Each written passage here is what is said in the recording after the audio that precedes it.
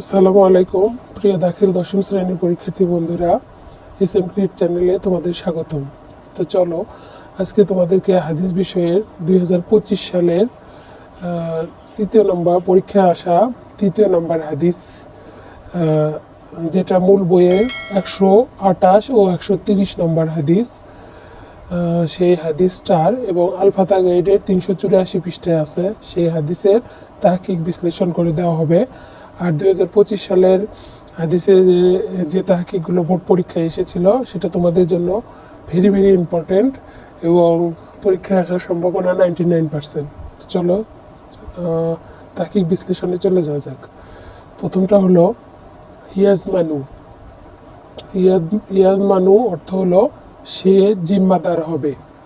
তাহলে অর্থ অনুযায়ী আমরা সিগা নির্ণয় করব যে সে তাহারা থাকলে গয়েবের সিগা, আর সে বলতে একজন, সুতরাং সিগা হবে ওয়াহিদ মুজাক্কার গয়েব। একজন মানে তো আমরা বুঝি ওয়াহিদ, ওয়াহিদ মুজাক্কার গয়েব। বাহাস হলো ইসবাত ফেল মুজারে মায়রুফ। কিভাবে বুঝবো?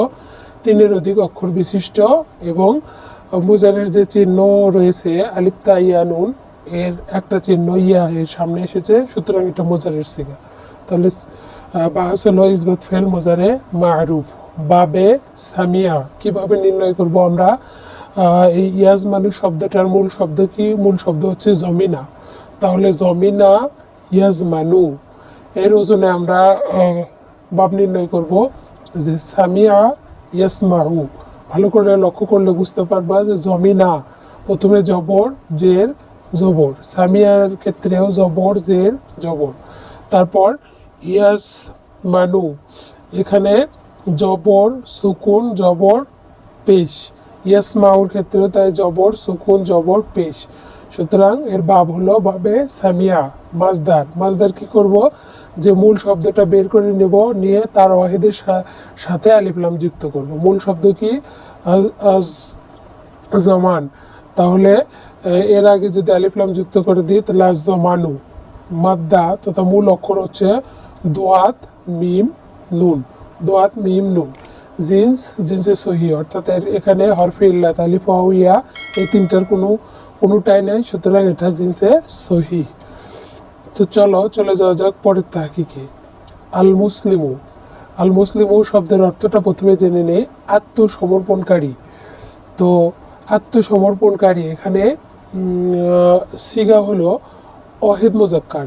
যেহেতু এখানে সে তাহারা তুমি তোমরা কিছুই দেওয়া নাই, সুতরাং এটার সিগা হলো ওয়াহিদ মুজাক্কার। বাহাস ইসমে ফাইল। ইসমে ফাইল কাকে বলে? আমরা পড়েছি যে ক্রিয়া সম্পাদনকারী ইসিম। ইসিমের বেশ কতগুলো প্রকার পড়েছিলাম, তার মধ্যে একটা ছিল যে কর্তা যখন কাজ সম্পূর্ণ করে, অর্থাৎ ক্রিয়া সম্পাদনকারী ইসিম তথা বিশেষ্য, এটা হলো আত্মসমর্পণকারী।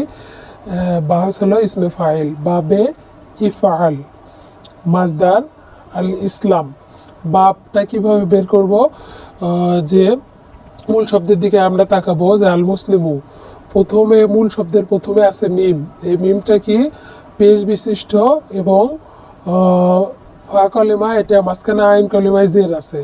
তাহলে মূল শব্দের প্রথম অক্ষর পেশ বিশিষ্ট এবং আইন কলেমায় যদি জের থাকে তাহলে সেটা হয় বাবে ইফআল।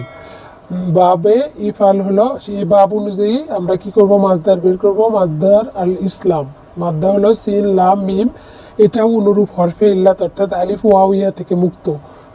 মূল শব্দের মধ্যে আলিফ ওয়াও ইয়া নাই, সুতরাং এটি জিনসে সহি। চলো চলে যাই পরেরটাতে।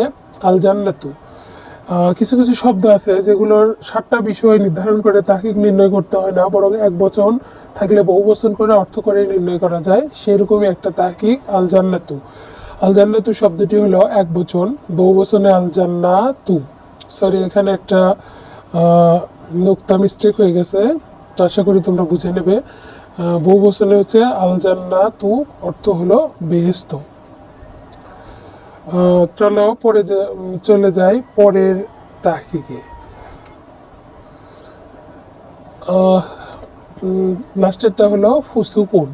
তার আগে অবশ্যই বলে নেই যে আমাদের ভিডিওগুলো তোমরা যারা দাখিল পরীক্ষার্থী আছো তোমাদের জন্য ভেরি ভেরি ভেরি ইম্পর্টেন্ট।